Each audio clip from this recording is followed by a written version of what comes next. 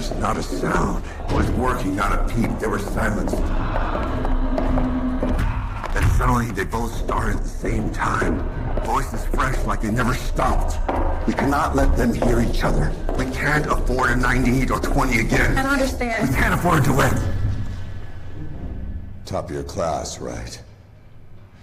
You're not here to understand. This is a maximum sound asylum. We keep sounds from getting out.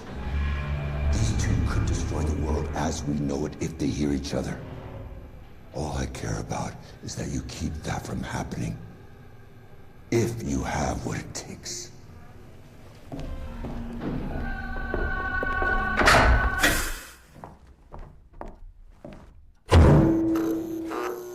If one changes key, you change your frequency, got it? They can never be in the same key or harmonize or... Or what? Or Lord help us all. 12 hours in next shift.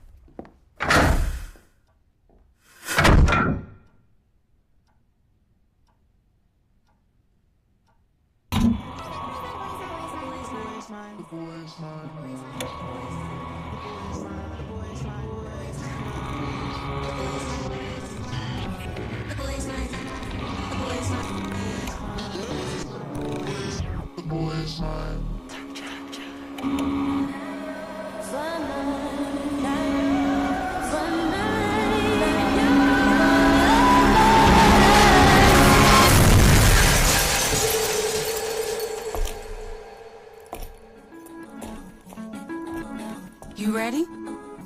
I've been ready. What are we waiting for?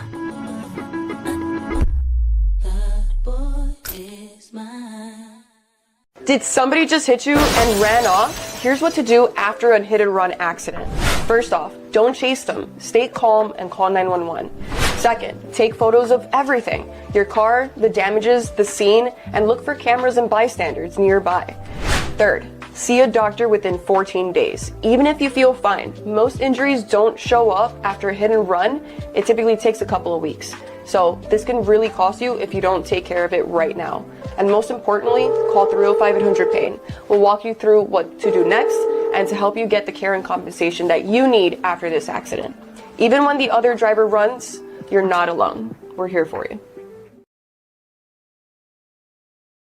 I hate you because we're from different neighborhoods. I hate you because you look different. I hate you because I don't understand you. I hate you because people I know hate you. I hate you because I think you hate me. Because I need someone to blame. Because you talk different. Because you act different. Because you're just different.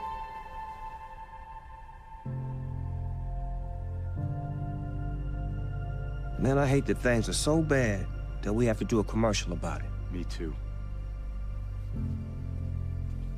Add some flavor to your next celebration with all your favorite dishes from The Licking. Our succulent lobster pasta. Indulge in our savory buttery grits topped with sauteed shrimp. The entire family will enjoy our creamy mac and cheese and seafood rice. Treat yourself to an ice-cold mystery drink while introducing your taste buds to The Licking's new golden fried chicken nuggets. Friends, family, and food are what we know best. So dive in and discover some amazing hot new menu items and more of the food you love. It's all here at The Licking.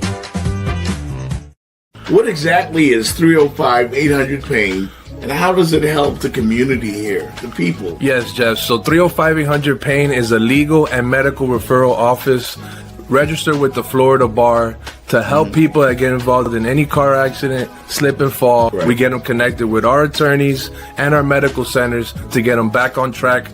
We get them the whole guide step by step so they feel that they're not alone, and we help them get compensated for all the inconvenience, the pain and suffering that comes along with an accident. So yeah, that's what we're here for. Come on, bro. Can't be serious. Joe Flacco, dog. Bro, Cleveland ruins everything. Joe Flacco, Jamar Chase going off. He didn't throw him 37 dang balls. T. Higgins, Yoshi Vaz, Chase Brown looking like Corey Dillon. And when did the offensive line learn how to block? They ain't blocked for nobody all year. We watched Joe Burrow get tore out the frame. Jake Browning get tore out the frame. T.J. Watt and Cam Hayward ain't get to the quarterback till late in the game. And then Joe Flacco was running the ball. This man is ancient. Bruh, I ain't like him since he came in the league and he was down Baltimore Raven. He'd have been a Cleveland Brown. He'd have been a Cincinnati Bengal. The man spent his whole adult life trying to terrorize the Pittsburgh Steelers. And right when we could take hold of the AFC North, be at the top of the dang AFC, he come and do this.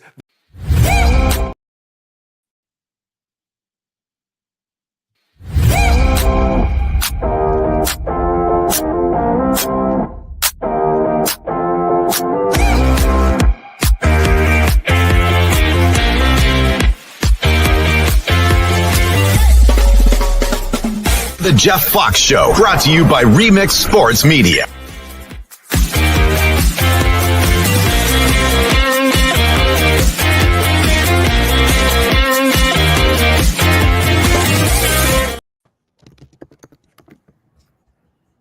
Good morning. What up, brother Tucker? Good morning. Good morning. Shot. Hey. Wait a minute. What's up, everybody? Welcome to Football Friday on the Jeff I don't even Show. think I can do it without breaking my chair. It is a fabulous Football Friday. It is game day for the Canes. You said? You are disappearing. You look Okay, I'm going to sit down before I fall. doing? I was trying to show my falcon. I'm seeing body parts, just body parts. I'm trying to stick my She falcon's ear. You missed mic check. See what happens. Yeah, it sounds like What had happened was looked like a horror movie. There were body parts and stuff. Well, way to wrap me up Falcons, though. Way to wrap me up Falcons, Jenny Jones. That's right. I got the bottom zone, but I was trying to show you. But I know. Now Hey, Jeff, talk about a horror show. There's a horror show in Tennessee, Nashville, right now.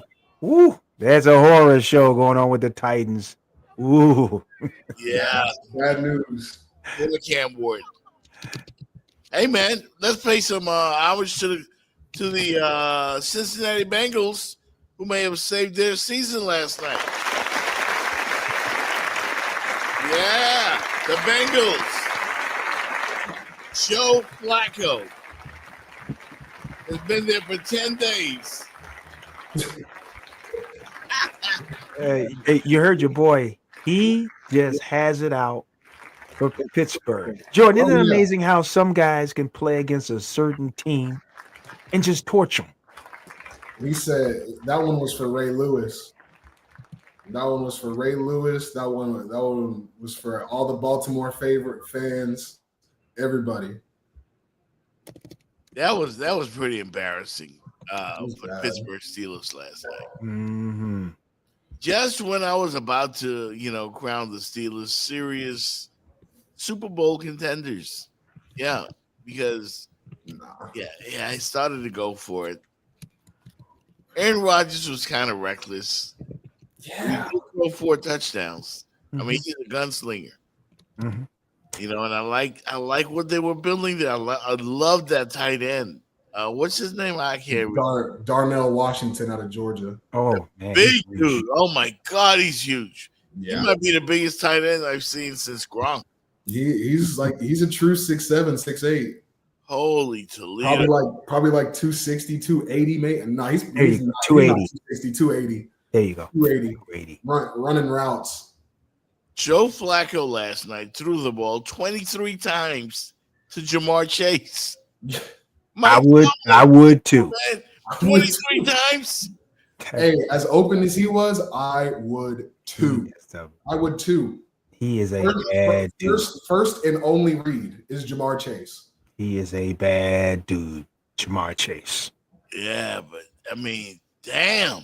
Like Pittsburgh, there was one wide receiver killing you the whole game.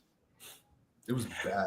Yeah, you would think they would switch the coverage, Jordan, double him. Seeing Jamar Chase since he stepped on the campus at LSU. Yeah. Freakish. Yeah. And Mike Tomlin said something, I think, in the post game about, because I think a reporter asked, why didn't y'all double him?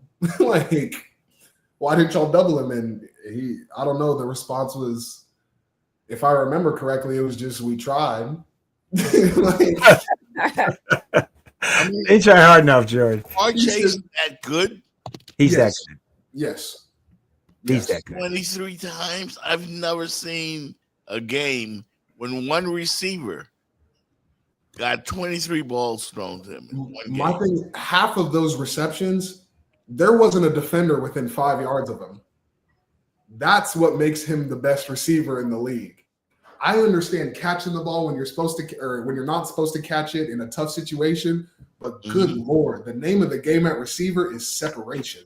It's getting away from your defender, and he is elite when it comes to that. Elite. I mean, Jalen Ramsey's still one of the best to do it. I don't care what anybody says, washed or not. Like he's still a number one. I think he is. I think he is. Yeah, you make a great point. That's what I'm saying. He's still one of the best. There's a reason Pittsburgh paid him. There's a reason. I was going to throw a shot at Justin Fields, but I'm going to say something, Jordan, Jeff, Jenny. Listen to this. The offensive coordinators, a lot of them make the game too difficult, and they want to look like they're too smart. They keep trying to reinvent the wheel. When you have someone better than the other guy, you try to put that ball in his hands every time. You watch NBA, they give the ball to Steph Curry every chance they can. They run him. You watch NFL, coaches, it's just, I got a play sheet and we practice these 50 plays. We have to run them. Right. You should watch, all you got to do is go watch old San Francisco 49er footage, Jordan. They found a way to get Jerry Rice open all the time. Right. Name a time where Jerry Rice was shut down. I'll wait. They used to run play after play for him. And same thing. I understand why offensive coordinators just don't go back and look at what they did last night. You find a guy that good, you throw it to him 18 times, 20 times a game. You scheme it to a guy that good. And you watch this in college, you watch it in pro, and like, they just want to run the script. I would throw the ball to Jamar Chase, who makes $30 million a year. I throw it to him 25 times a game too, Jeff. Right. I hope the Bengals learned something last night. Somebody that good, you use him. I mean, and the other one wasn't bad either. T. Higgins, like, that's what I'm saying. But that opens up. I mean, that opens up the routes for T. Higgins. Yes. For Noah Fant. Like, I didn't even know Noah Fant was still playing, to be honest, until last night. Like, I thought he was still on Seattle. Yeah, they let him go. But I mean, the attention that Jamar Chase brings allows for everybody else to go to work. Yes. No. The Chiefs have been doing it. The Chiefs have been doing it. Like, for a decade now. That was the Pittsburgh Well, Steelers defense. is that not the name of the game? Keep throwing it to him until you can throw it to him short. Until you can stop me. Until you can stop me.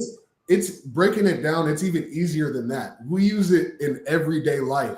If it ain't broke, don't fix. If it ain't broke, don't fix it. Yeah. Make the It's team that simple. right. Throw the ball to your best player. I'll give you guys a perfect example. Jordan came down a couple of years ago with his North Carolina Tar Heels. They ran the same damn draw play, whatever that lead was. They ran to Javante. 700 yards. Same freaking play. Maybe from different formation. The same play. Miami couldn't stop it. And you know what? North Carolina kept running the same play. I think the running back got tired, right? They took him out. The other guy ran for 200. He had one guy with 300, one with 200. They were tired from running that same play. Jordan, what play was that, Jordan? You guys ran? We ran outside zone the entire game. You know, and I'll give you a quick breakdown why. Miami's D line for those 4 or 5 years when I was in college, they were taught nothing but to get uphill. So how do you beat that as an offense? You make them run sideways. So when they're running sideways and when you're going sideways and they're uphill, they're back here while you're still. You're running right by them. They run themselves out of the play. My girlfriend and I rewatched the condensed game from a couple of years back just for fun, and we had a 2nd and 29. We ran outside zone, 1st and 10. That's all I'm gonna say. 2nd and 29, outside zone to the boundary, 1st and 10. Mm-hmm. I don't. And all I'm saying, Jeff, you segue to last night.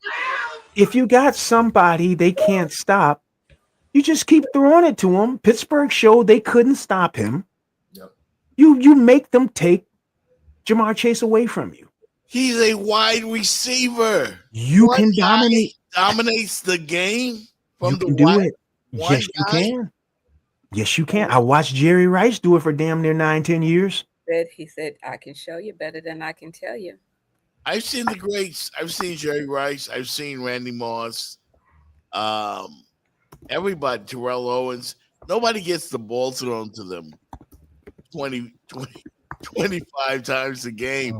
Like, come on, man. That was a one-off, but if you go back into your, You know what? I don't blame Joe Flacco either. Right. It was working. And he just kept going to him and going He to him. said he had the hot hand. you got to give it to the OC. The OC saw it and stayed with it. Yep. Yeah.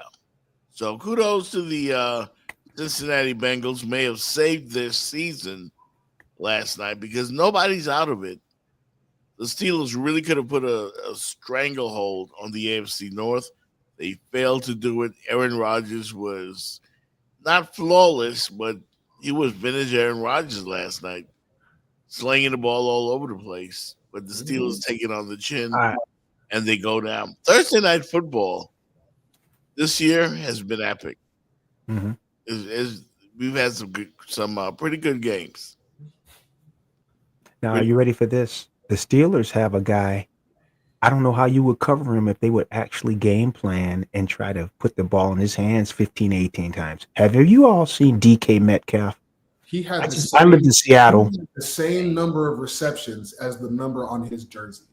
DK Metcalf is like 6'4", 235. He runs like a 4.3 40. Seattle really couldn't really figure out what to do with him. He was playing with Brown. They went to Mississippi together. This dude is a freak, DK Metcalf. Yeah. And I would put him in the slot, let him move around, throw the ball to him just like the Rams were throwing that ball to Cooper Kupp, how they used him. He caught 145 balls. DK Metcalf could catch 150 for the Steelers if they just change their game plan. This is all I'm saying. I know Magic City's saying that, but the blueprint has been shown how to use a great wide receiver. Just go get the old San Francisco. You move him in the slot. You move him inside, outside. Defenses is hard to defend a guy when he's in motion, doing things. You move him around. Why do you think Jerry Rice has a record probably won't be broken, Jeff Fox? Look at Jerry Rice numbers. Yeah, it's insane. Insane. They look comic book. My confusion with the not throwing the ball to DK is just like how you explained DK 6'4". I mean, what did he run? 4.4 at the combine, something like sub 4.4. A freak athlete. You don't have one of them though. You've got two, both on the same side of the ball. We just talked about Darnell Washington being 6'7", 6'8". 280 pounds, and it looks like they're throwing some plays in specifically designed for him. Why don't you do that with your one receiver? Yeah. Why? I mean, I wouldn't put DK. I put DK in the backfield. Let him run a screen or something. I don't know. Like it just feels like he lines up as a single receiver, and either the ball goes to him or not. I don't see a lot of, or he's blocking. He's blocking on bubble screens. He's blocking on screens. They're set themselves. There's just not a lot of emphasis on, all right, if we're going to get our offense rolling, we need to get DK the ball too. Mm-hmm. Absolutely. I mean, the Steelers, the offense was rolling last night, both sides. But to your point, the Bengals maximized our chase. Yep. Steelers did not maximize. That was the difference. Nate, what corner on Cincinnati's roster could have guarded DK for all four quarters? Nobody. Was that one of those rhetorical questions, or what was that there, George? No, that was a real question because I saw a rotation of DBs covering last night. I saw because a couple of them went down. some names I knew off of the game playing Madden. I was like, okay, that was a rookie card. Like, I don't know what he's gonna do, but Magic City made a notion. He said Tua. He said fits what you're saying. How they use Chase is what Tua messed up with Tyreek Hill. I'll say this to Magic City. Have you watched what the Rams did a few years ago with Cooper Kupp? Yep. Did you see how they used him in the slot, moving him around? The guy had 145 catches, 19 touchdowns, about 1,600 yards, and four of us are going to say he's one of the top 4 or 5 receivers in the league. Nobody on this screen is going to say Cooper Kupp is one of the top 5 guys talent-wise. When you really look at, you got Jordan Jefferson, Chase. There's some dudes out there that can some bad wide receivers, but the usage and how you use them. You trying to tell me Chase couldn't catch 150 passes a year? DK Metcalf couldn't catch 150. Jordan Jefferson couldn't catch 150. It's how you use them. And some coordinators are better than others. And this is what you start seeing, what separates these teams. I hope Cincinnati figured something out by accident. Maybe just build this thing around Chase. I can see them making the playoffs, bro. I can too. I can see them making. They need a running back. They remind me a lot of that Patriots Rams Super Bowl, that Rams Super Bowl team when they played the Pats. They remind me a lot of that. They're explosive. They got a tight end. Right. They're explosive. And it feels like they're finally getting into a groove of knowing how to work their offense. And sometimes the best defense is a better offense. And that's the truth. Sometimes you just got to outscore your opponent. That's what it is. Flacco's been there 10 days, bro. Yeah, 10 days. Right. And you see the chemistry you see how that entire team is lit up. Yeah. Been there 10 days. What does Cincinnati look like if Baltimore cuts Derrick Henry and they pick up Henry to go with Flacco? They're not going to cut Derrick Henry. They're talking about it. They're not going to cut Derrick Henry. They're not cutting. That's blasphemy. They probably, that's what is it? That like some of those AI stuff that AI generated. Baltimore looks like a last place team. It looks like, I don't know when Lamar gonna get back. They start trimming salary. Ravens, there's an article on the JeffFoxShow.com. The Ravens actually don't believe they're out of it. How much victory? That Super Bowl year, didn't they start off 1-6? 1-6? Not 1-6. 1-4. May have. If anybody can come back, the Bengals can. Yeah. And Joe Flacco, like, I agree with Mike Tomlin. The Cleveland Browns have to be one of the more stupid franchises in NFL history. Yeah. Like, why would you trade this guy to a division rival and just reignite their chase for the playoffs? You're competing against them. Why would you do them a favor like that? Cleveland is stupid. Yeah. Like, Or maybe they like pain. Maybe they like pain. Maybe they do. 1-800. They know who to call. 305-800 pain. Yeah. Yeah. I see that. Nice. Well played, Jenny Jones. Well played. Nice plug. Yeah. Because Cleveland's been in an accident. Yeah. They've been in an accident waiting. Bye-bye. When we come back, man, Tua apologizes and the Miami Hurricanes play today. It is game day in the 305. Jeff Fox Show. We'll be back on a Football Friday. Did somebody just hit you and ran off? Here's what to do after a hit and run accident. First off, don't chase them. Stay calm and call 911. Second, take photos of everything. Your car, the damages, the scene, and look for cameras and bystanders nearby. Third, see a doctor within 14 days. Even if you feel fine, most injuries don't show up after a hit and run. It typically takes a couple of weeks. So this can really cost you if you don't take care of it right now. And most importantly, call 305-800-PAIN. We'll walk you through what to do next and to help you get the care and compensation that you need after this accident. Even when the other driver runs, you're not alone. We're here for you. What exactly is 305-800-PAIN, and how does it help the community here, the people? Yes, Jeff. So 305-800-PAIN is a legal and medical referral office registered with the Florida Bar to help people that get involved in any car accident, slip and fall. Right. We get them connected with our attorneys and our medical centers to get them back on track.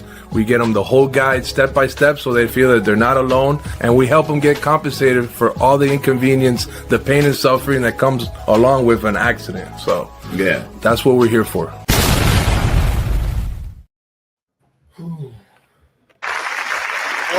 Welcome back to the Jeff Fox Show. Football Friday, as we get ready for a big weekend in South Florida starting today. The Louisville Cardinals come to town, and they will be invading Hard Rock. Canes are 2-touchdown favorites. Jordan, do you see the Cardinals covering? Can they keep it close? Can they pull the upset? No. I'm gonna keep it plain and simple. They're giving up 111 rushing yards a game right now, and they haven't faced a running game like Miami. So I think that's just gonna tell you everything that you need to know. I'm looking at 300 rushing yards for the day. 14-point cover. Nah, I don't see it. I think Miami's on a roll, and my coach, I didn't enjoy playing with my coach, but something that stuck in my head was they'll remember what you do in November, and it's getting around that time. It really starts late October. Mm-hmm. That's when all the wins, that's when all the points start to matter. Mm-hmm. So this back half of the season, or this middle point of the season's, I mean, Miami, it's put up or shut up time. Like, are we a playoff team? Are we a team that's going to be able to handle Texas, Bama, Ohio State, Oregon, all these other different teams that are in their own respected conferences, respected areas, doing the same thing that Miami's doing? I mean, Indiana.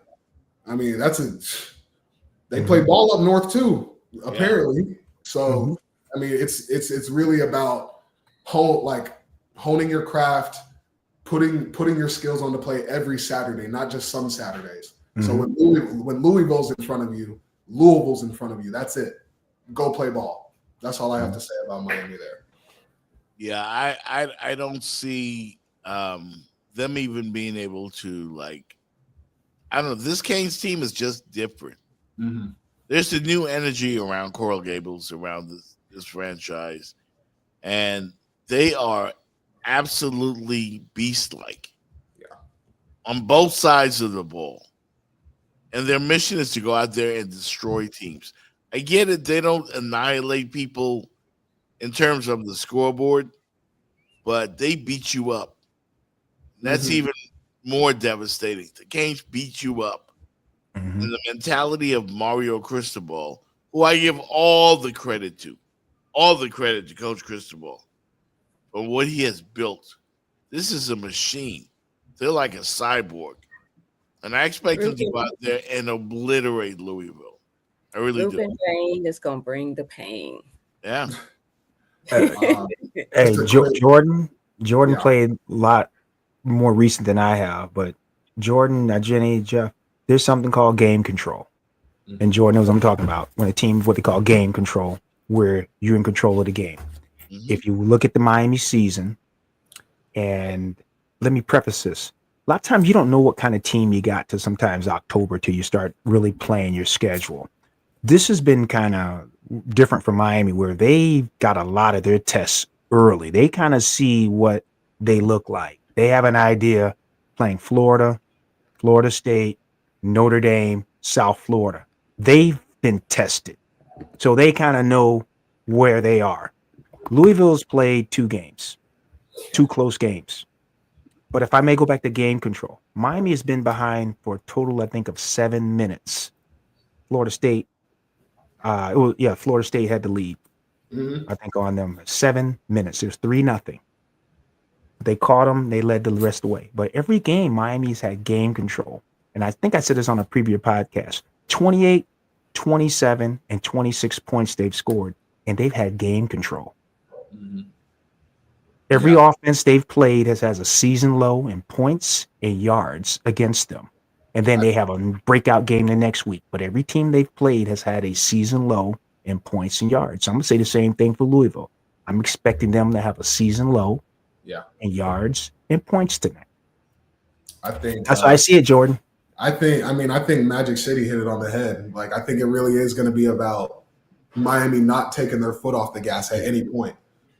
Because honestly, as you played recently, that's what North Carolina was kind of known for. Second to third quarter, or second to like fourth quarter, we're kind of foot off the gas pedal. But first and third, we're playing ball. Like, that's just kind of what it is. And like you find that identity within your team early, very early. And I haven't seen any like woes this year when it comes to taking your foot off the gas. I think there's been struggle drives, but I think that happens in football. I think momentum is such a huge thing, like you say, in game management. And you got one of the best game managers behind center in NCAA. So I think if y'all want to win this game, go out and do it. But make sure you do it is the biggest part. Don't take your foot off the gas. Keep driving. Keep driving forward. That offensive line, that's your Mack truck. That's your Mack truck. Everybody jump on board and let's ride. Like, that's it. Yeah. It's something about this team that's like, I keep saying it, that's different because we've been here before where Miami looked like they were back and everybody gets excited and people around the country get excited. You know, there's that talk about them being back. I don't think Mario cares about that. He cared about building a physical football team. And not only are they physical, they've got speed. And on defense, they're violent. Have you ever seen Wesley Bissett fly to the football? I said this the other day, right, Fitz? That defense, like the two defensive ends, like they're like destructive. They want to tear your head off. That's how they got to be. Yeah.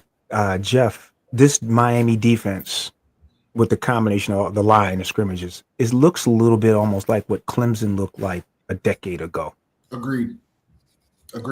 To where the ACC teams just had a difficult time running the ball against that Clemson D line and linebackers, and they were big and fast. Everybody's like 6'4" on the defensive line. Everybody's like 190, 200 in the secondary. And that's what this Miami team looks like, big and fast. And I think that's why Clemson dominated for so many years, was what they had going on that D-line and even the offensive line, but more on the D-line. They just had dudes, and they could just wear you down. Teams played Clemson close a lot of times, but they just would wear on you in the fourth quarter. They kind of pull away. And again, there were some teams, there were some one-offs. I remember Carolina had a couple of good teams. There were some good ACC teams, but when you think that decade from like 14 to about 2021, that 7-8 year stretch, Clemson just was that line of scrimmage. Yeah.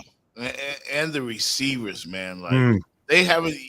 Miami hasn't even begun to touch the surface rather on using their tight ends. No. Like And they that's what they've been kind of leaning on for the past couple of years, was those tight ends to make those, stretch plays, on the rollouts where you got Brevin Jordan running down the seam for whatever reason and he's scoring somehow. They got a new guy at number 9. I forgot his name, but man, like they're so deep. Elijah Lofton. Yeah. That's where you got so many options that you can't even use them all. You know, like the playbook is just, oh, this is working. It looks like a Waffle House menu. Yeah, it's just like to call it, the Waffle House, the Cheesecake Factory menu. So much good stuff that you can't, like when your plate is so full and it's just full of good stuff, and you just want to keep eating, but your stomach is like. In a perfect world, we want Miami and Ohio State to just keep whooping everybody's ass and bring it down to the national championship. right here in the 305. That would be something. That's what I want to see. Oh, we got a lot of football left. There's a lot of football to be I played. know, but Ohio State is a big boy. I mean, that's they haven't been messing around either. They don't play nobody. That's true too. That Texas game don't look so hot anymore. Right? No, man, I mean, if they were to play Texas now, yeah, I think it would mean a lot more. Just like we said when we started off the show, they remember what you do in November. Like, nobody cares about 0 week. I don't care that you beat Texas 0 week with a quarterback that we knew wasn't what it was. Like, yeah. And then Penn State, good luck. I mean, Penn State just nobody cares if you beat Penn State anymore because UCLA beat Penn State. Like, I would not be surprised, Jeff Fox, Jordan Tucker, Jenny Jones. When this is all said and done, Notre Dame is not back into play. They don't have the defense that they've had in the past, but that Notre Dame offense is moving the ball. They got 2 dynamic running backs, good receivers. I knew from that first game, I just looked at what I saw. I said, man, Notre Dame got some dudes over there. That game between them and Miami, I saw some dudes. And that guy's playing better quarterback, Carr. Yeah. They got a good team. Notre Dame game against USC this weekend, it's going to be a big game. I think it has a chance to be like a 35-34 game, the Notre Dame USC. Okay. But Notre Dame is a team to watch, Jeff. If they get past USC, I think they're going to float rest of the way. Do you guys think Alabama can make the playoffs? Let's see. Yes, if the way they're trending, yeah, they look like if they keep doing what they're doing, they can make it. There's certain that just they look. They have the plan. They have the roadmap. They may not always win, but they have that I can't even think of the word I'm trying to say right now, but they just have that pedigree to where they're always there. They're always in it. Mm-hmm. You know, like I said, it may not finish, but they always have that pedigree that you can count on them to be there. They have 3 top 15 matchups left on their schedule. Yeah. Mm-hmm. They are not making the playoffs. Oh, Jordan, you think they're not making the playoffs, man? I don't know, Jordan. If anybody slips up in the top 5, Alabama's right there. What are they, 6? Yeah, but they got Tennessee this weekend. That fire of an offense. I like Bama in that game. I like that quarterback they got.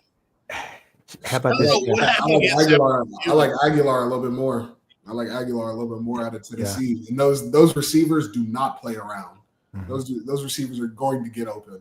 Yeah. But not only that, you gotta. I think all these are home games. Yeah, all these are home games. Tennessee, Bama's a home game. LSU, Bama's a home game, and then Oklahoma, who destroyed Bama last year. Thank God isn't in Bryant-Denny. So honestly, I take back what I said. I think they can maybe make it, but it's gonna be it's gonna be a tough road. I mean, it's gonna be one of the more difficult paths. Because there's another Jordan. Because there's another team in Texas, Jeff, that is probably the best team in the SEC. Yeah. Now I watched some of that game with Notre Dame. They were down 10 points to Notre Dame on the road, and they came back. They have a really solid coach. Yeah. The guy that's at Duke, Mike Elko, he can coach. That team there, I'm gonna watch A&M. That's a team, they've never won anything ever, but they have a team. The quarterback is hot. They got a strong defense. I think they are the best team in the SEC.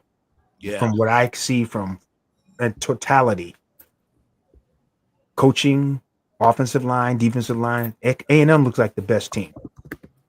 When I look at the Tar Heels, and I mean not the Tar Heels. I'm sorry, Jordan. Ooh, not Belichick. Ooh.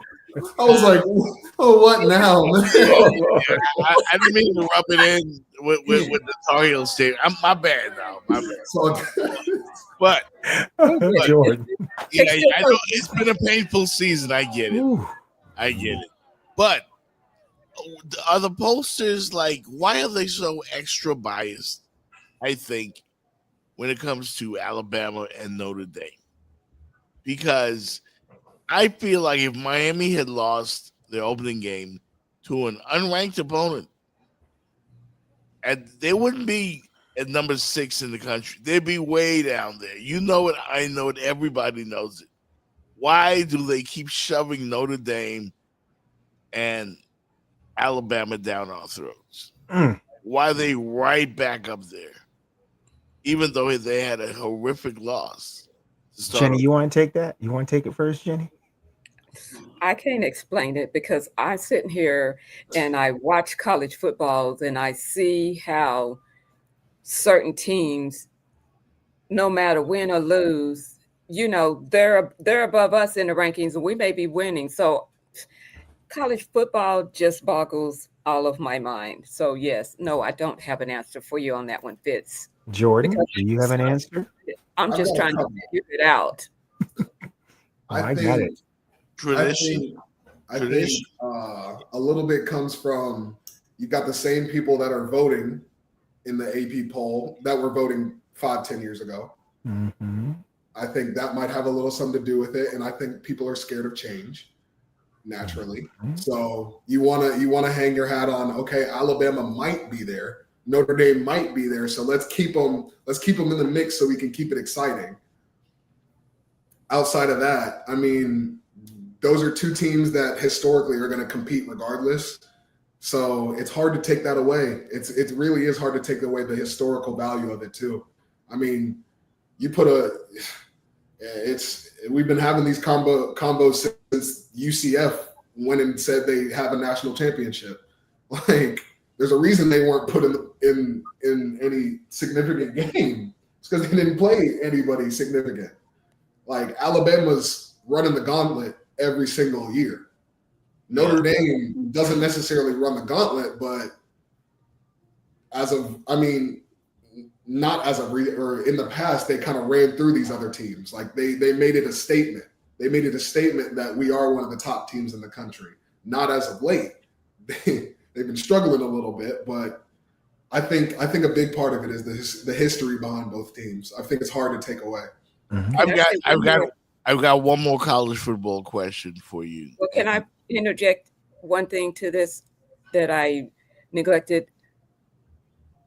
These people in these rooms, they're fans as well too, and I think that kind of interjects into it a little bit because would you not say? I'm asking you guys, and I think it kind of can, and I think it probably kind of does. You know, we just like Kansas City keep getting all the calls to the refs. There's fans. There's fans, and you're in a position to make the decision of who gets to go to the big dance, but you also are a fan. Mm-hmm. I mean, we're fans of the games, but we're also fans of teams. That's why I got my hat on today. There you go. Alabama, just real quick, Alabama almost got put in last year because Nick Saban made one phone call. He made one phone call and made one press conference, and they were almost in the playoffs. So, Jeff Fox. I mean, it goes. The ball bounces their way, and probably, I could see it. Like they get more breaks, like compared to Miami, a team like Miami or anybody else. You lose a game to somebody you're not supposed to lose to, you're gonna fall, and you're gonna fall hard. They don't seem to. It seems that they break the fall of a team like Alabama. It seems like they get more of a second shot to bounce back. You know, and folks, Notre Dame is number 12 in the country right now. Yeah, Jordan touched the edges of it. Jenny kind of touched the stove. Didn't want to touch the stove. I'm gonna put my hand on the damn stove. Put your hand on the stove, Fitz. Don't you guys understand this thing about money? Mm-hmm. These teams we just named, Alabama, Notre Dame, they have built this thing that we're talking about loving college football. They've built it for over 100 years. They're cornerstone of college football. Yeah. Jordan said it, alumni, fans. Yes, Jenny, bunch of them went to Notre Dame, Alabama, Michigan, Ohio State. They will always give them the benefit of the doubt than Georgia Tech or a UCF at 14-0. They'll take a 9-win Alabama over a 14-win UCF.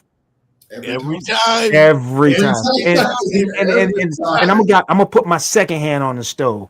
Does UCF in their conference, do they have a multi-billion-dollar deal with ESPN to broadcast their games? Nope. Now, think about this. ESPN does the top 300 football players in high school. And they have a agreement with the SEC to broadcast their games. So doesn't it marry that the top 300 football players, wouldn't you kind of, if Tennessee or Alabama recruited Jordan, wouldn't they get a higher grade being that they were part of the ESPN 300? Again, they have a relationship with Tennessee and Alabama. And you see these high school kids getting here. Come on, folks. This is about money. It's entertainment. You will continue to see this. And we're getting ready. I don't have a third hand. I'll put my elbow. We're getting ready to see about 40 or 50 teams in the next decade are going to break away.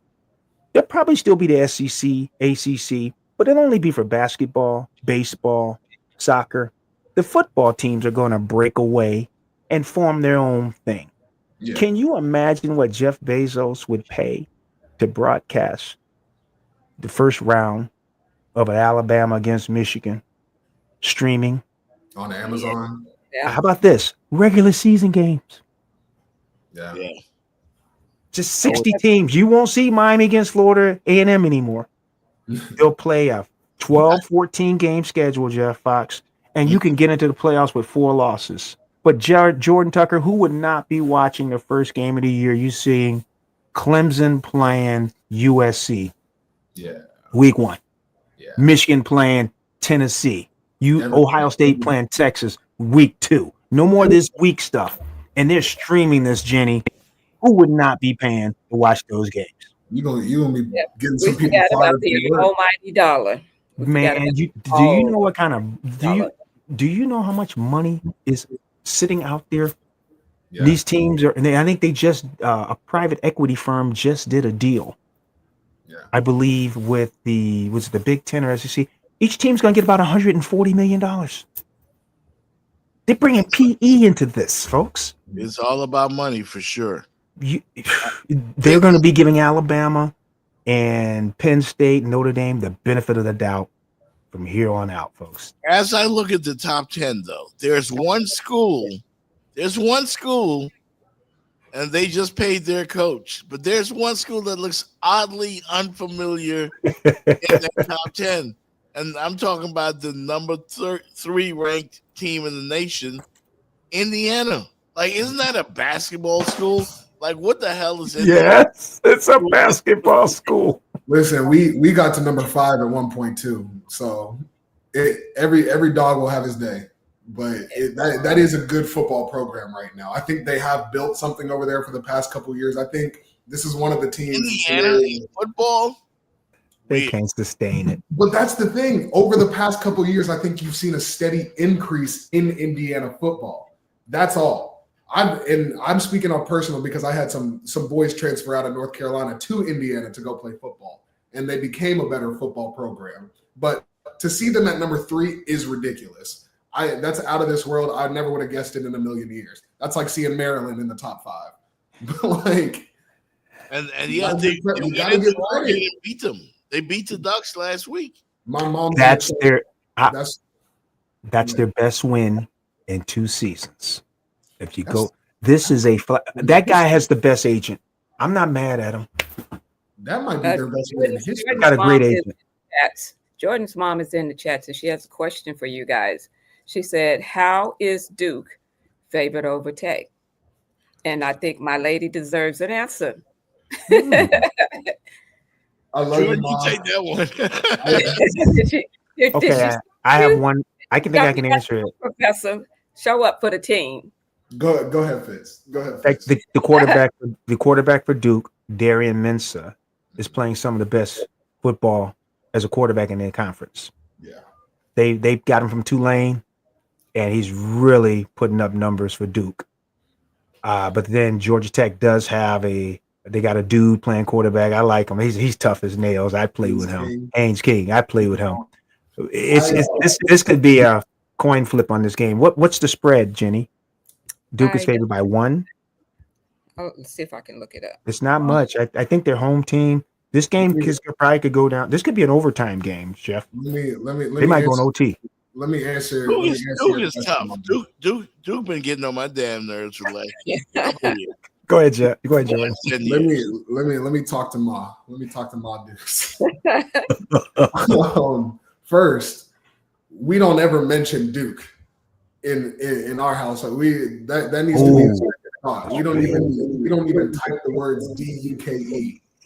I love you, but we don't even need to put that on the air. What we do need to focus on is getting North Carolina a quarterback. If you have any resources, go ahead and send them my way, and I'll send them to North Carolina. But no, Duke, Georgia Tech is definitely a toss-up game. I like Georgia Tech just because we're from the AA. That's home, and I don't like Duke. That's really my only reasoning. But I love Duke's quarterback. I think the quarterback play in Duke has been good. It's very not similar to Daniel Jones, but kind of in that same era of excitement of, okay, we got a quarterback at least at Duke. Where's that game again? Say that again. Where's that game? Where's the game? Yeah. If it's in Atlanta, I'm taking Georgia Tech. But if it's at Duke, I'm still taking Georgia Tech because Duke is one of the quietest stadiums I've ever played in. Duke is favorite as a 1.5 point. They're a 1.5 point favorite. Duke is. That's gonna be a good game. That's gonna be a good game. Gonna be a good game. That's a toss-up. Good question, Mom. Good question. Yeah, that's gonna be a good game. No doubt. Duke's at home. Duke's at home, right? Duke's at home. Shout out to your mom, man. She knows her food. Duke is home that game, right? Duke is at home. Duke is at home. So if it was at Georgia Tech probably be a 1.5 favorite. Yeah, I think that's exactly. That's the only reason, Jeff. Who's the home team? That's the only reason. Yeah. It's at Duke. Thanks, Rodney. Yeah, I don't know. I'm staying away from that one. I might watch that one. I'm gonna watch it. Georgia Tech. Georgia Tech. Back to the local team here. Do we have to talk about the local? Yeah, we kind of. Oh, we talking about the Hurricanes? No, no. Your boy apologized. Are we talking about the Panthers? The defending champ? Tua Tagovailoa apologized. Said, "See what had happened was." What had happened was. Can I kick this one off? Please take it. Can I kick this one off? Please kick it. Please. Tua, this is a special message for Tua.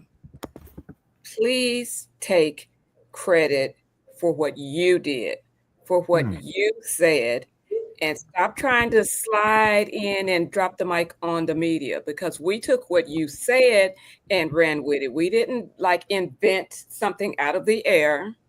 So all you had to do was just come out and say, you know what, that was my bad. I took something. Actually, that's what he did. Well, no, but he still interjected that we misconstrued. Media misconstrued what he said. So you don't say that. He would have been okay if he would just left that part out. But no, he tried to blame the media. He's still trying to blame or find somebody to blame. Just say, you know what, my bad.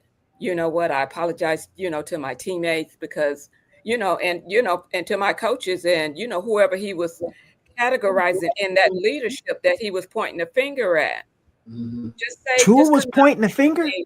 He said leadership, either we need to start fining these people coming late to the meetings, not showing up to the meetings and, just putting the blame to everybody else.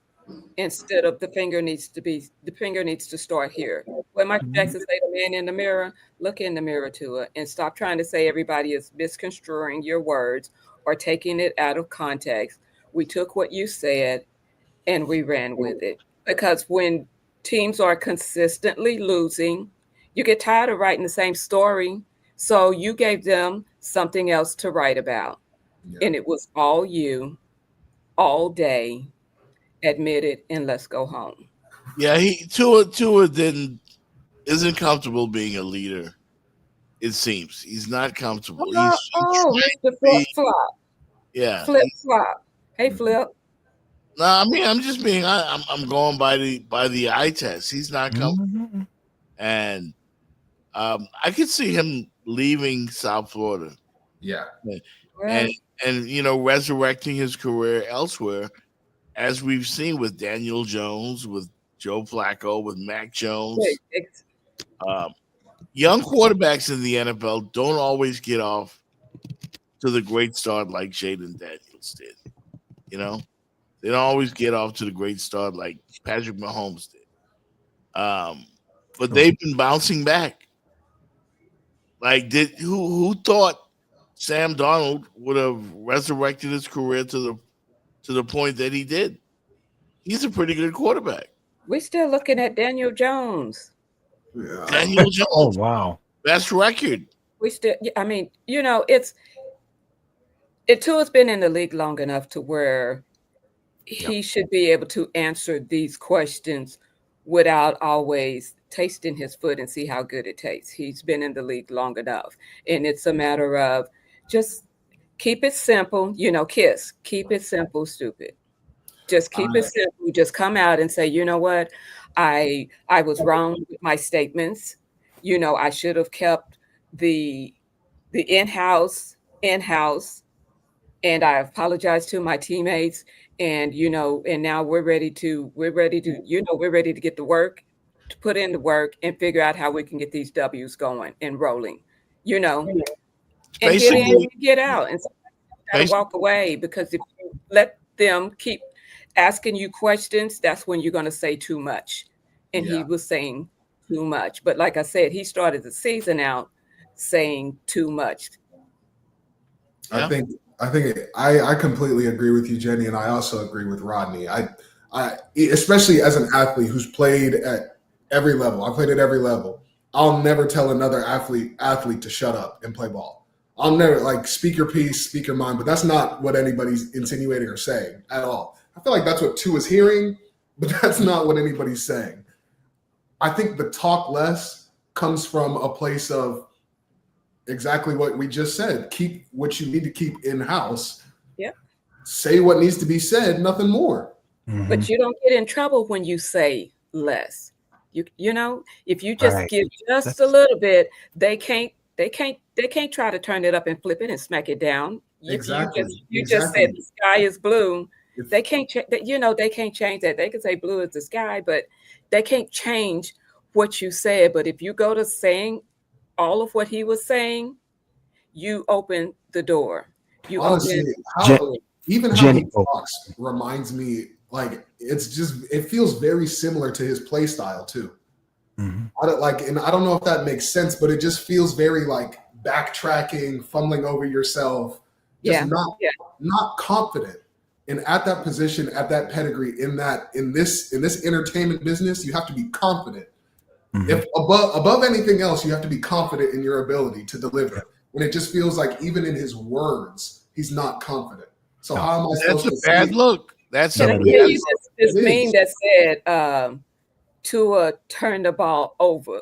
That was the name. That was the name on the that was the nameplate on the back of a jersey with him facing forward. So he's listening to what's being said, and his confidence is shaken, and it's in his word and it's in his play on the field. His confidence is shaken, but they can get a win here that'll boost it some, get another win and try to keep it rolling. It can build back up, but he's shaking right now. They're shaking. Jenny, Jordan, our host said it a couple of days ago. He revealed everything about Tua.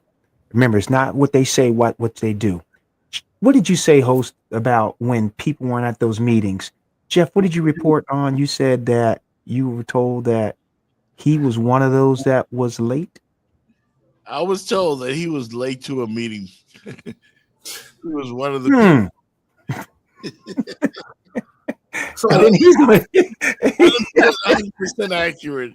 So that's just even worse. Jeff reported this. If not me, it's we. That's what it feels like. If it's not Jenny, me, he was late. it's we. We're in trouble. Not I'm in trouble. We're in trouble. Yeah. Yeah, he flipped the M into a W or whatever, but it was him. He was late. Jeff said it. Well, we need people to be on time and everybody taking this serious. Well, you were late. If he would have said everybody needs to be on time, I was one of the people that, I made a mistake and I was late. I'm the starting quarterback. That can't happen. But to be honest with y'all, I was late. Man, I bet you the respect would have shot through the roof for Tua. It would have shot through the roof. Well, just apologize. He's lost the locker room. He's lost the locker room. Apologize and keep the excuses out of it. Go ahead. I'm sorry. You have to be a leader of men. Yeah. And when you're the quarterback, they have to believe in you. Like the Buccaneers are solidly behind Baker Mayfield. I watched Baker Mayfield basically beat the 49ers, and the whole team was galvanized, and they got behind him. The same thing is happening with the G-Men and Jackson Dart. He's just giving them that fire. Tua needs to have that, and that needs to come out. He got it. He plays, and he's trying to verbalize it, but he doesn't. It just doesn't ooze off of him. You know what I mean? Like my coach at Carolina, Mac Brown, he made this very easy for us every Saturday. He made it very easy for us. He said, and sometimes he would point us out and say who he would bring with him. Who would you bring into an alley with you if you had to? Are you bringing Tua? Hell no. That's like getting Carlton Banks. That's your answer. I'm bringing Jackson Dart. I'm bringing Jaden Daniels. Josh Allen, Lamar. I'm not bringing Tua. Tua's going to sit behind the trash can. Wait till it's over. Y'all done? That's what I'm saying. I'm just saying. Sure. Can I come out? Yeah. That's what I'm saying. Matt made it very easy for us. He said, if y'all gonna play on this team, I gotta know that if I were to walk into an alley, y'all would be right next to me. With my quarterbacks, I knew that they would be right next to me. My quarterbacks were dogs. I knew that I could walk with them. They could lead our team. They would be in the front. Mac would be in the front of the pack. Mac Brown, 70 years old. I trusted him over Tua. Yeah, last night we saw 67-year-old Joe Flacco run the ball for 10 yards, like on a read option.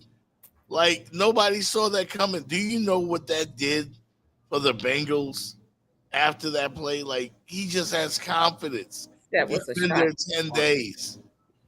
And that's what you need from Tua. The confidence. And this was a big, big mistake. I don't know if he can come back from this. Yeah. I know he wants to. I don't know if he can. What do you think? What? But Fitz, you and Jordan have been in the locker room. Oh, it's gone. Can he come back? Does he? Let's just talk about people, Jenny, in relationships. I just tell my sons this. What does it take time and years to build, but can be lost in seconds? Trust. I said respect and trust. Yeah. Takes a long time to build it, but can be lost. And I think them statements he made the other day, whatever he was building, Jordan, with his offensive line, all that stuff, out the window. Because he just said, hey, he took all their stuff and put it out there. Jenny, that thing, he's lost the locker room. They're not gonna do extra for him. They'll do just enough to save their jobs. I'll do just enough to block for him. I do this, but I'm not gonna do the extra. If I slip, get back up and fight. Right. They might slip. I just will stay down. Right. Hey, towards those 4 touchdown passes against the Browns on Sunday, he might be back. He might be back in the win column, but he may not be back in the I trust you column. That's what I'm saying. At that point, he's doing what he's supposed to do. He's not doing anything out of the ordinary. He's doing what they're paying him to do. Right. That shouldn't be celebrated. I don't know. No, he ain't doing that nothing. shouldn't be celebrated. That's what builds something up here that's why he's acting like this. He might have gotten too much praise in college in his first couple of years in the league. Because I didn't see an MVP caliber season out of him at any point. And people were talking like he was the next big thing. He was this new lefty coming in the league. Miami's answer, like, I haven't seen it once. I haven't seen it. And I think a lot of people are confused with Tua. But I also think, first, I wanted to say what Rodney said was hilarious. He said about the alley, he said Tua would act like he'd say he beat everybody up. So I was laughing on that, Rodney. That was funny. But I mean, Jenny, you asked if he lost the locker room or if he can gain it back. Being in a locker room and seeing the ups and downs of a locker room, good time. I mean, I've been in a 2-9 locker room and I've been in a 10-win locker room. So I've seen it all. Like it's tough, but when your leader is like that, when I saw a clip yesterday of the center, I mean, saying like, I don't even know what Tua's on. I would have kept what he said in-house. That's someone that you are more personal with your center than anybody else on the team. Y'all touch every play and not in the best of places either. Yeah. If your own center is questioning you, that is you lost the team. I can't do anything for you there. I don't see it. I don't see any revival. I don't see any like, all right, let's pat each other on the back and like be cordial after it. Like in my eyes, as an offensive lineman, I'm like, bro, you're going to down talk us like this when we've been protecting you. Like, are you serious? Are you serious? I would take crazy offense to that. If I'm his right tackle or left tackle, all right, you won't hear a word out of me. I'll do my job, but you're not gonna hear a word out of me. Mama said, if you ain't got nothing good to say, don't say nothing at all. Don't say nothing at all. Mama said, if you don't have anything to add and nothing good to say about someone, don't say a thing. Tua didn't have anything good to say. You ain't lying right there. Can I say I usually like Magic City, but his comparison of Kobe snitching on Shaq, Tua ain't never been on no Kobe level. So I'm sorry, that's like an errant comparison. Oh no, no. Errant comparison. Kobe was always grinding, always hustling. Kobe had the respect of the team. Yeah. Tua has never had that kind of respect that Kobe had, that Kobe still has. He's revered in the game. Tua has not had that. So a Kobe, it kind of damaged a little bit, but at the end of the day, Kobe still had the respect because he was always in the gym putting in that work. I actually thought about Kobe and Shaq in the midst of all of this. Get stitches. Yeah. I actually thought about that. And we got a final word from 305-800 Payne, and then we will be back to wrap right after this. My question to you guys is, should the Steelers be embarrassed about what went on tonight? Absolutely. See what I'm saying? Yeah. That's the first question. Yeah. Real quick before you go. Go ahead. All I'm saying is I like to just simplify everything. You telling me one wide receiver had 23 targets. He had 16 completions or 16 catches. You don't try to take him out the game? Yo, the huddle should be, double team, where he at? The whole defensive secondary should be watching him the whole time. Yeah. That's all I'm saying. I'll be honest too. Add some flavor to your next celebration with all your favorite dishes from The Licking. Our succulent lobster pasta. Indulge in our savory buttery grits topped with sauteed shrimp. The entire family will enjoy our creamy mac and cheese and seafood rice. Treat yourself to an ice-cold mystery drink while introducing your taste buds to The Licking's new golden fried chicken nuggets. Friends, family, and food are what we know best. So dive in and discover some amazing hot new menu items and more of the food you love. It's all here at The Licking. What exactly is 305-800 Payne, and how does it help the community here, the people? Yes, Jeff. So 305-800 Payne is a legal and medical referral office register with the Florida Bar to help people that get involved in any car accident, slip and fall. We get them connected with our attorneys and our medical centers to get them back on track. We get them the whole guide step by step so they feel that they're not alone, and we help them get compensated for all the inconvenience, the pain and suffering that comes along with an accident. So yeah, that's what we're here for.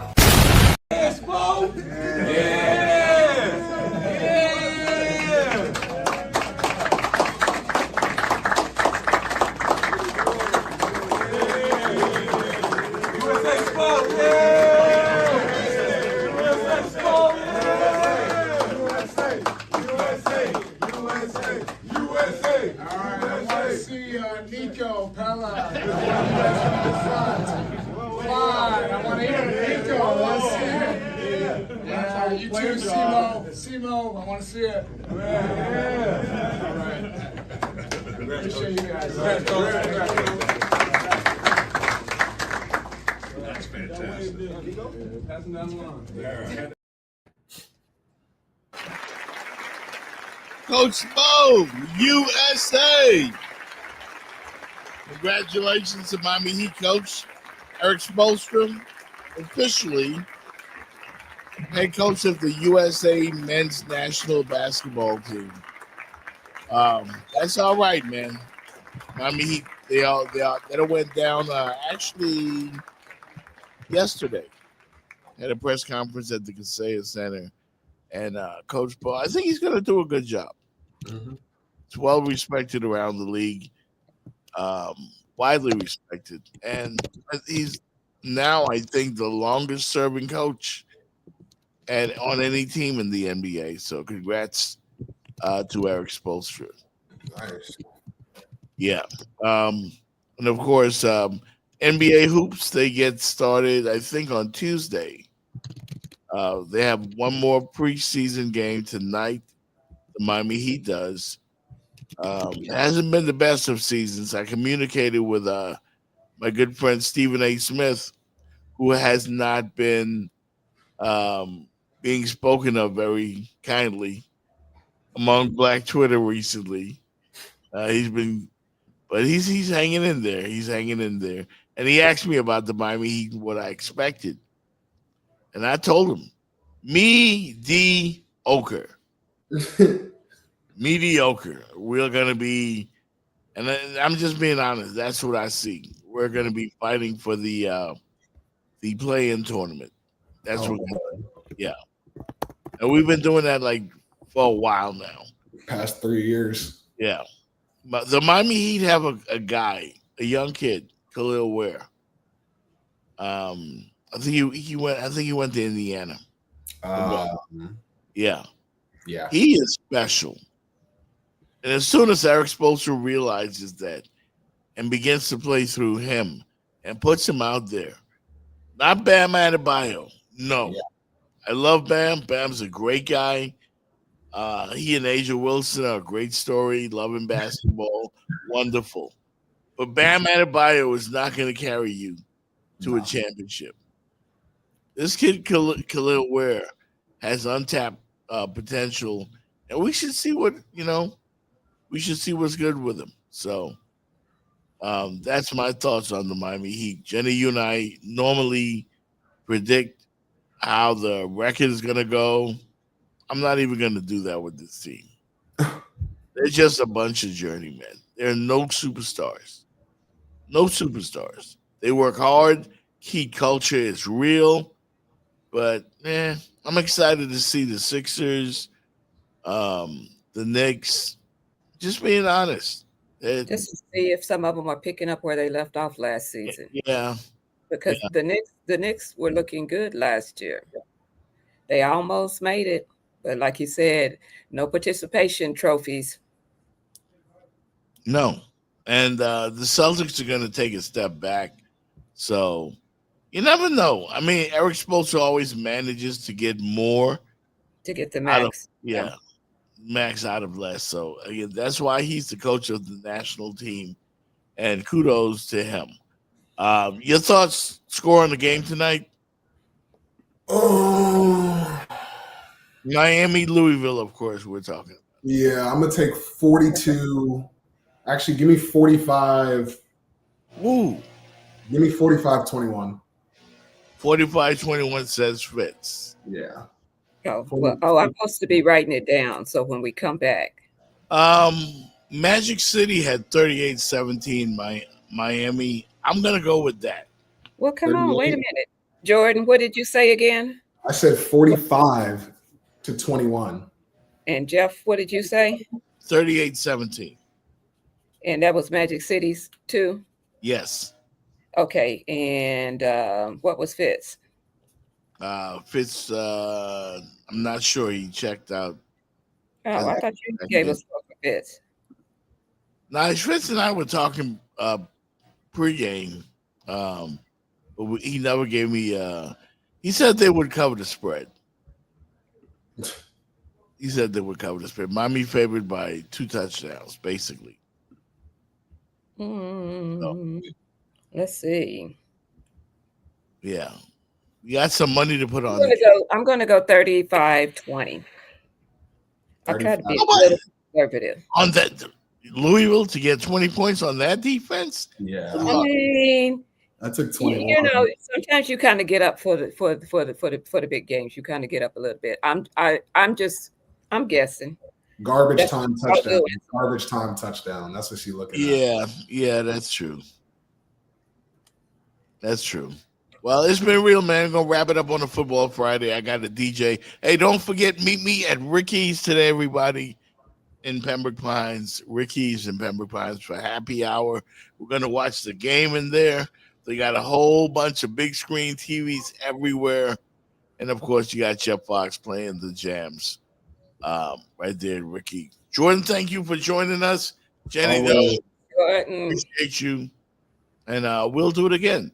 This is my daughter's video. I promised to play this song. Check her out. It's called "Fool for You." My daughter Yelia, featuring a friend Yana Maria. Check it out.